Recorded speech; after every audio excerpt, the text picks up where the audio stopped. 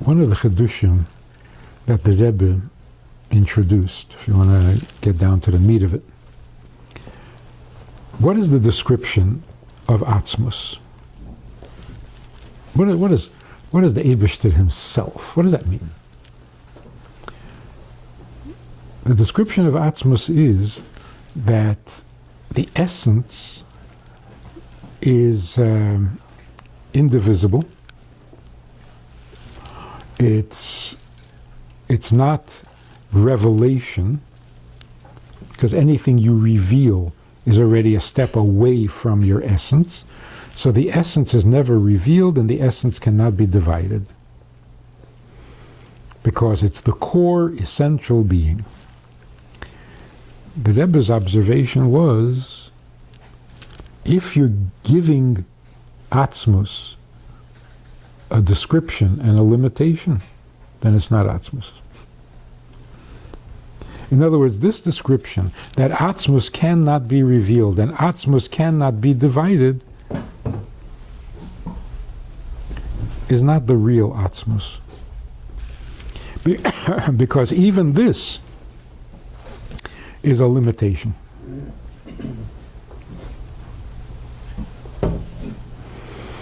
And the real meaning of Atzmus is something that has no definition and no restriction and no form. Which means it can be divided if it wants to, and it can be revealed if it wants to.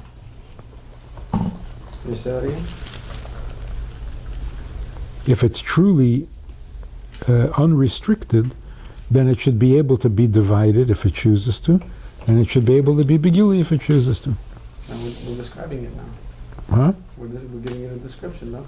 No, we're saying it can be anything. But that's in the affirmative. Like the other description, what he can't be and he can't be, Rambam in Guide Perplexed very clearly says that, I mean, at least as far as I understand what he says, he says that to express anything about God's essence, only negating statements can bring you a little close, still not reveal it all the way, but affirmative statements will only lead you in the wrong direction.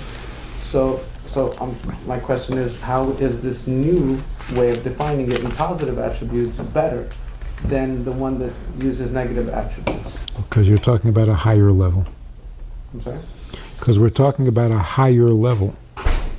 The Rambam is talking about the nature of essence, the nature of Atzmus.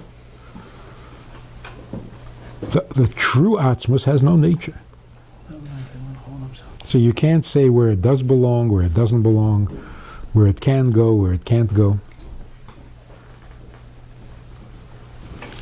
So because it is really Atzmus, and it's really an essential, original, unrestricted being, that's why it can care not only about a mitzvah, but even about a human trait or a human condition.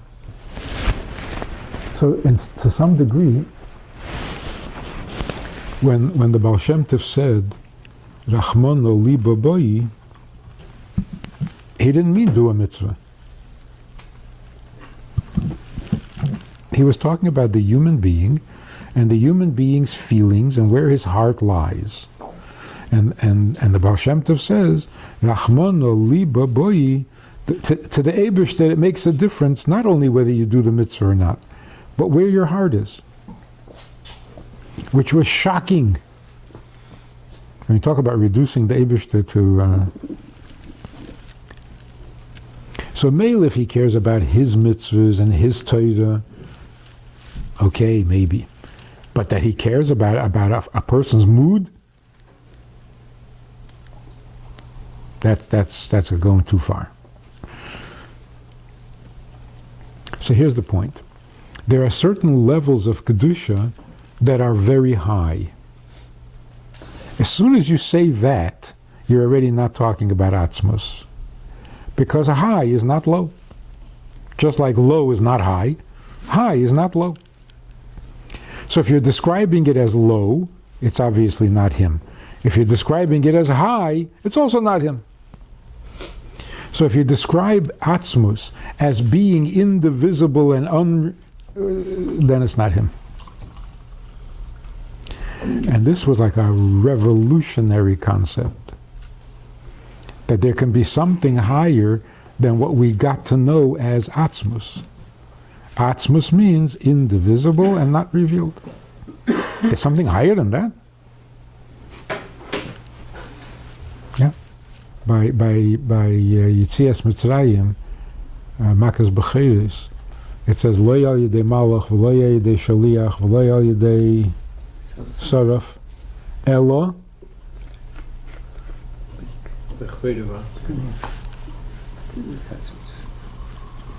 So instead of using the word atzmos, they use the word b'chvedei v'atzmei. Bottom line is that if you're talking about the Eibishter himself, what do you mean he can't care about little things? What kind of statement is that? Who said that?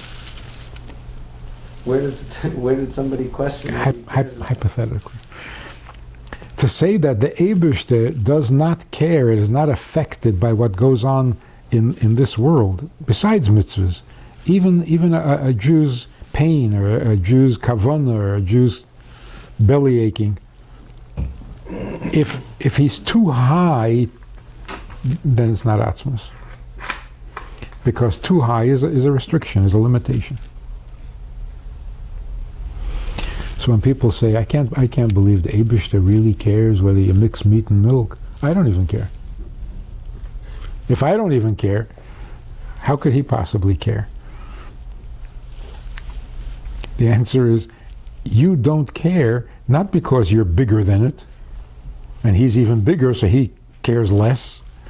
You don't care because you're tiny, and you have limited imagination, and you have limited energy, and you have to pick your battles, and some things are too small for you, and some things are too big for you, because you're so finite. So it's not that you don't care. You can't care. Because you don't have enough energy to care about everything. So you only care about some things, not too small, not too big, just right there in the middle. But since he is not restricted like that, what do you mean he can't be bothered? Can't be bothered? He can. And he is. Why is it spelled out clearly? It's like, why isn't it? saying like the way you're saying it. God needs. Well, then we wouldn't need him. You Gotta give the mashpim a job, you know? I guess.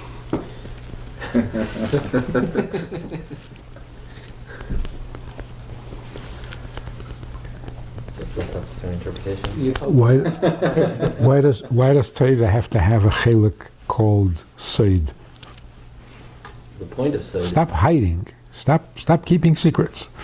Oh, like, is there a sikh the that Rebbe one ever of- spoke specifically about this? Or Many. So the real controversy, I mean, if there is a real controversy, it's just the use of the word need makes everybody crazy. Just drop that word and everything's fine. But that's the whole problem. The whole problem, like the guy said, he really needs. Okay, he needs, fine, but not really.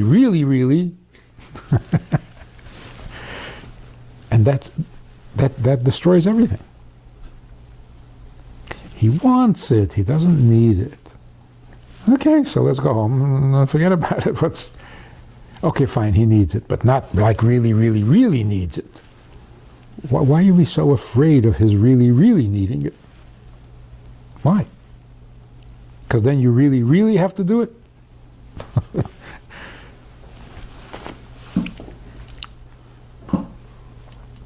There's a Mishnah says, why did Eibishter create the world with Asada Maimores? He could have created it with one. And what is the answer? First, to give what?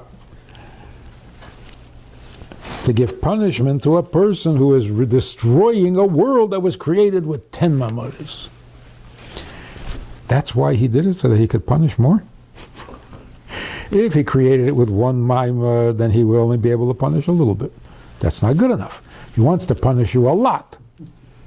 So he created it with asara maimah, so he can give you 10 times the punishment. What kind of mess is this? So the answer, the explanation is, the ikir is the next part of the Mishnah. And then, if you're a tzaddik, he can reward you 10 times it. So in order to be able to reward the tzaddik 10 times as much, he never has to keep it balanced. So he's got to punish, but not that he wants to punish. He really wants to reward the tzaddik. But you got to be fair, so you have to punish also 10 times as much. Okay, maybe that's the justification. But the expression, you are machriv, a world that he created with asara maimoris. How do you machriv a world? You didn't have machriv a world.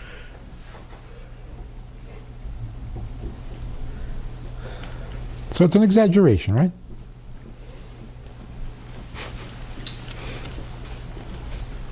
No? No, it's not. It's not an exaggeration.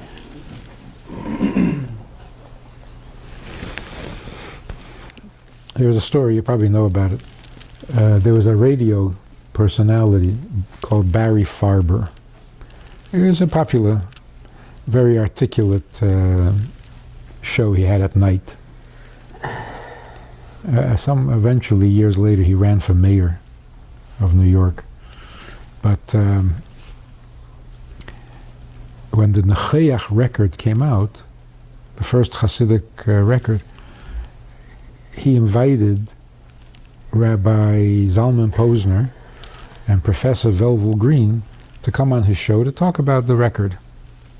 Some of the notes in the back of the record. In the course of the conversation, he asked them, isn't it a little harsh that for doing whatever Aveda you get lashes and you get... isn't it a little bit harsh?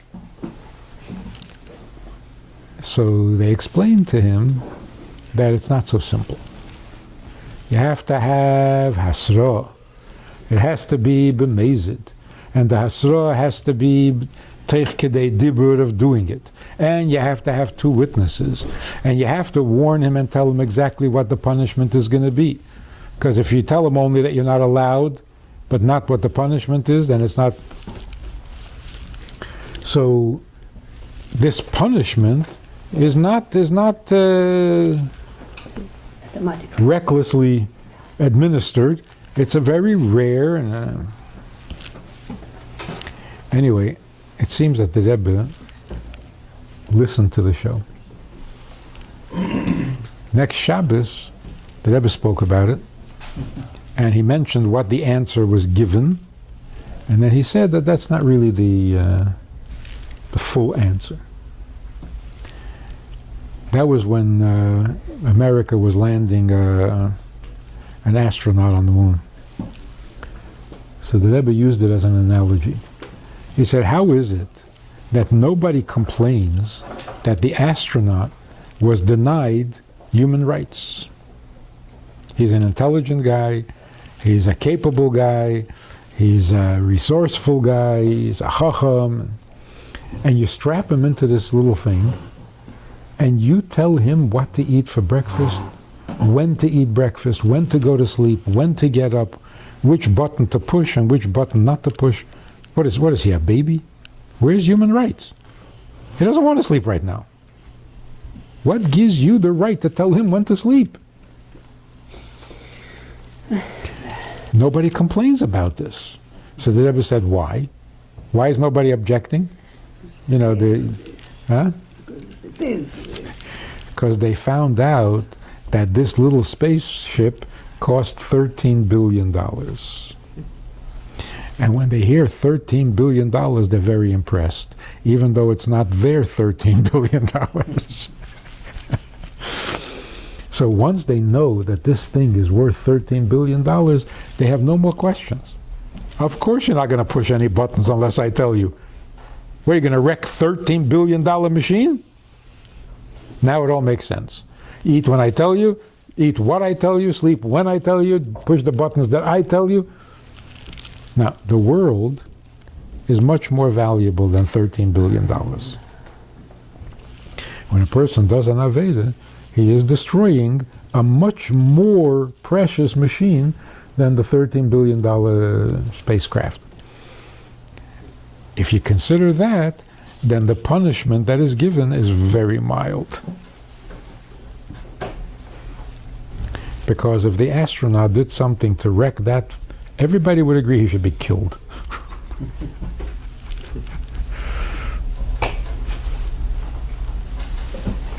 So, again, you wreck the world when you do an Aveda. It's a bit of an overstatement, no? Maybe you make a little dent, a scratch, but wreck the world. So by Chassidim, the debate is not whether the Eibishter needs the mitzvah, but whether that need extends into Atzmos.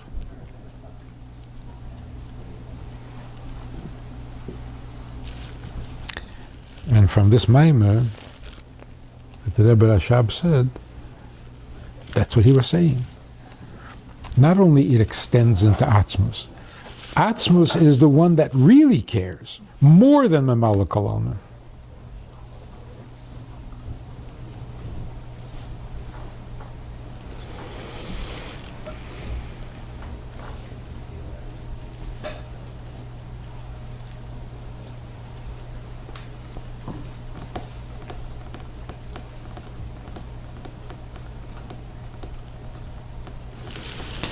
There are two reasons that this is not spoken of more. One reason is because people don't think so. They don't think it. The other is that there are certain things you don't have to spell it out. You hint at it. You kind of talk around it. You don't have to be so blunt. It's not sneezdik. To say that the Eibishter really needs you, of course it's true, but if you just say it in such simple words, it cheapens it. So yes, it's true, but you don't have to say it. So in that Fabrengen, the Rebbe said, the Rebbe Rashab said, when you know who it is you're dealing with, then you have a different derech eretz. So obviously, if you know that it's negeya in atzmus, you take everything more seriously. But that's very vague. It's very general. Take it more seriously. The Rebbe Rashab meant something specific. He wasn't being vague. When you know that it's negeya in atzmos, it's very different. What is that difference?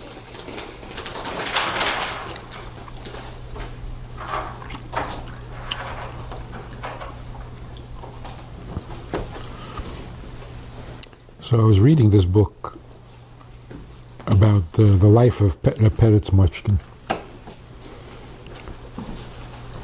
That was the time, the era, where Mesiras Nefesh became the norm among Chassidim. And in the book, indirectly, he describes the experiences, the life of other Chassidim who were at that time the Mashpiyim or the Chavedim of Reb Peretz and so on. And you get a picture of what was going on in those days, which for us, it is completely fantastical. It literally numbs the brain. How do people function under those conditions? So somebody once asked Reb Mendel Futterfass how he did it, and Reb Mendel said, how? If you were there, you would have done it. There was no choice, right? Which is a very interesting statement that has to do with what we're talking about. No choice?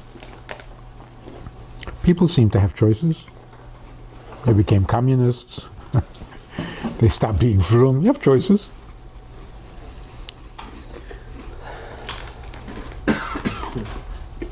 But how does a person function, even minimally, when the government is out to get you, the Jewish communists are out to get you, even members of your own family may have been poisoned and may be reporting on you?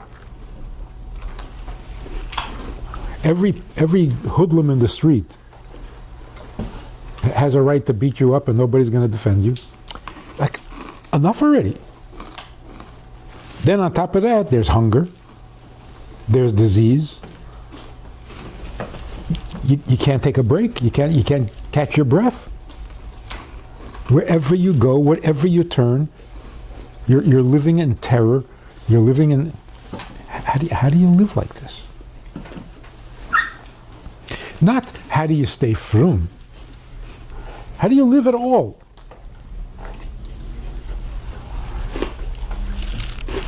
Why would you even want to live? And yet you don't hear of suicide. People were dying from hunger in the streets, and every morning Chassidim got up and had to carry the bodies off to... But nobody killed themselves. That needs study. What is this powerful connection to life that all that suffering and all that stress and couldn't extinguish? And then on top of that, not to budge, not to give in on a single principle of Yiddishkeit. I remember somebody wrote a story in the Yiddish Haim many years ago about a guy who was starving in those times when everybody was starving, and he was crawling. Because he didn't have strength, his feet was swollen. He was crawling around trying to find something for his family, for his kids. And he found a leftover cut-off piece of salami. And of course it wasn't kosher, it was from the police. Anyway, so he schlepped it home, I think in his teeth, because he was crawling. So he had to carry it in his teeth. And he put it down in front of his family, and he didn't say that it wasn't kosher, because then they wouldn't eat it. Anyway, a couple of days later, they found the whole family had died from hunger, and nobody touched the salami. What is that? What is that?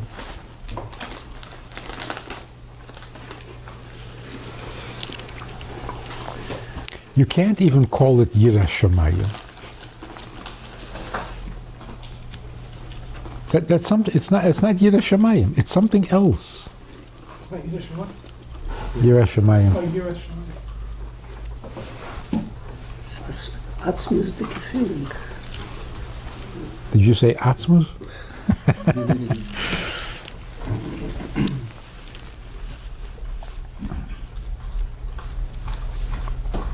That's the effect. The fact that the Eibishter, in his etzem,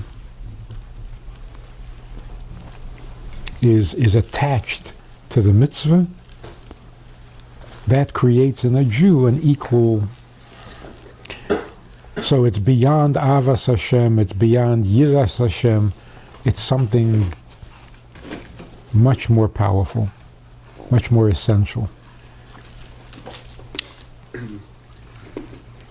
You were saying before that nowadays it's like almost unsneous. Everyone really believes it, but it's unsneous to talk about it. But at a certain point, you have to be almost unsneous.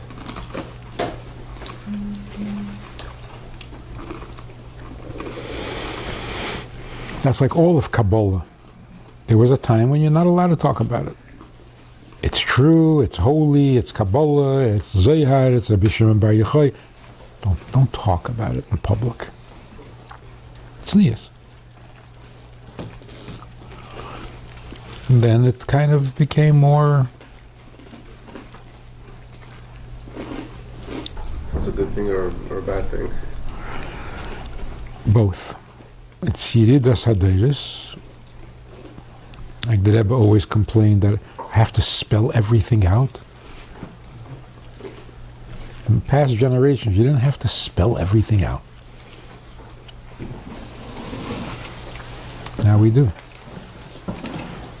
But the fact that we're allowed to spell it out, that's a big breakthrough.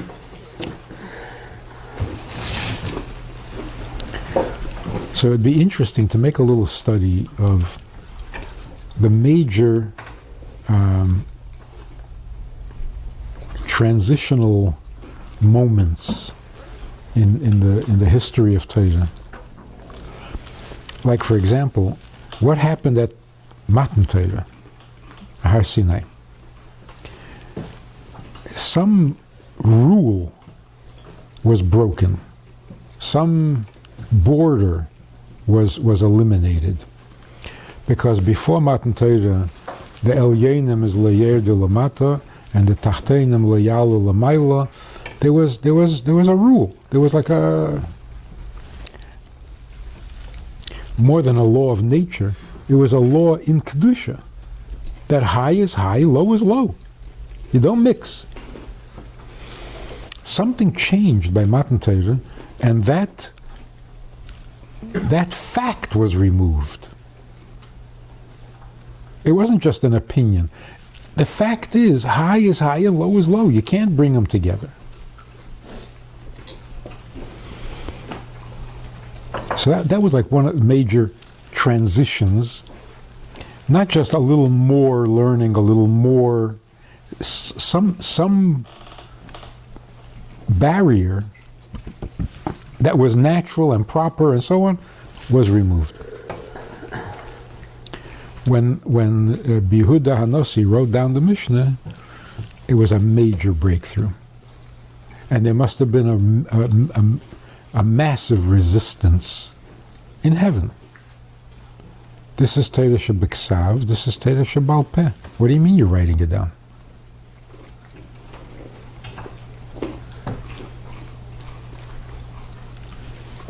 That barrier was removed. When Kabbalah was revealed, same thing. It's not like, yeah, I think we should, yeah, why not? Let's learn Kabbalah now in public. Something had to change in the structure of creation and the structure of the universe that would allow it. And maybe that's why for Hasidus to be revealed, you had to break through such a massive resistance that the Alter Rebbe had to suffer for it. His daughter had to die for it. Chassidim had to have Mesiras Nefesh for it. It was a tough barrier to break through. And it was reflected in human resistance. Why were humans so resistant? Jews.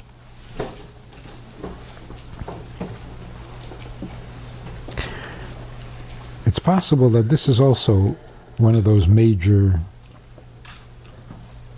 something changed that made it possible to talk about this, to think about it, to have it get comfortable to a human mind.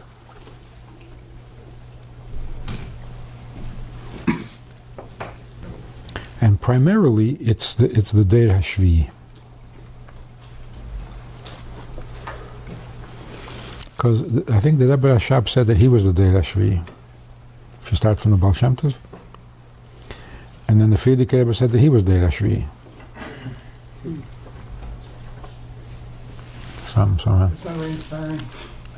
No, the point is that the preparation for Deir HaShvi started with the Rebbe Rashab.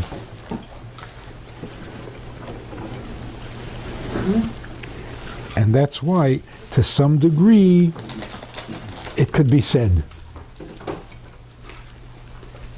But it was not, it didn't become a part of the daily conversation. By the Rebbe, it was a daily conversation.